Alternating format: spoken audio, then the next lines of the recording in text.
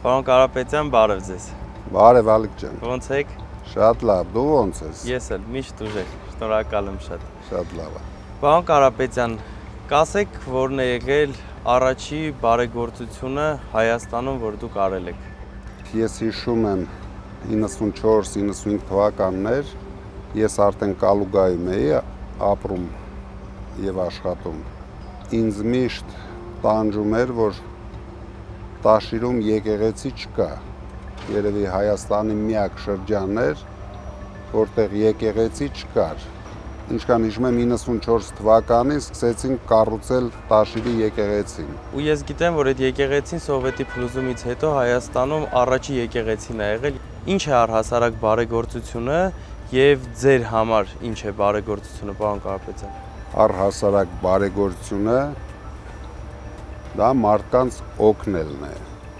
եւ լինում է ու ինձ թվում է 3 տեսակի բարեգործություններ էմոցիայի առումով մեկը երբ հիմնվում են բարեգործական հիմնադրամներ հավաքվում է գումարներ տարբեր մարդկանցից տարբեր ընկերություններից այդ ժամանակ բարեգործները ստանում են աշխատավարձ եւ ծառայում են այդ նպատակների համար։ Այդպիսին էր նաեւ Հայաստան համահայկական հիմնադրամը եւ տարբեր այդպիսի հայկական հիմնադրամներ կան, ովքեր հավաքում են գումար, բարեգործություններ են անում։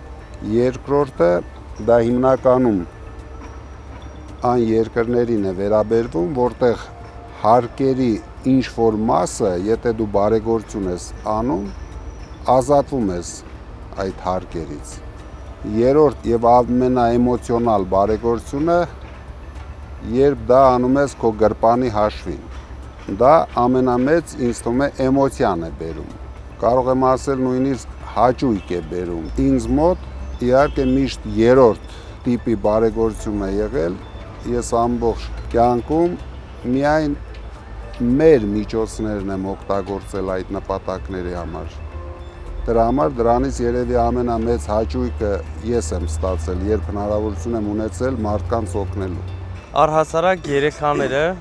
չեն շարունակում իրենց ծնողների գործը, բայց ինչպես տեսնում ենք, ձեր պարագայում լրիվ հակառակն է։ Ինչու՞մն է այդ գաղտնիքը։ Սկսած դաստիարակությունից, նպատակասլացությունից, ես փոքրուց իրենց հետ խոսելով բերել եմ նրան, որ նրանք պարտավոր են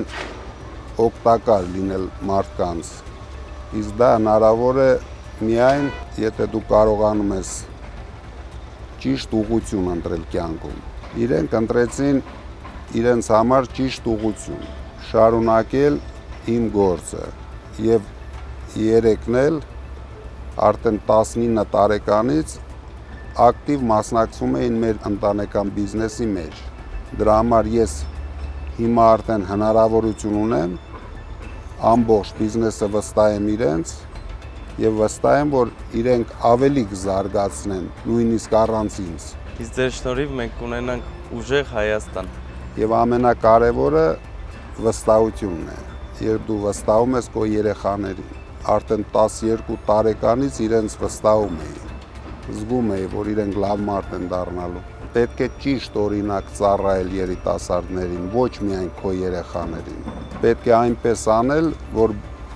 շատ երիտասարդներ ուզենան նմանվեն քեզ։ Շնորհակալ եմ շատ, պարոն Կարապետյան, հետաքրքիր զրույցի համար։ Ձեզ լավ օր։ Ես էլ եմ շնորհակալ, Ալիկ ջան։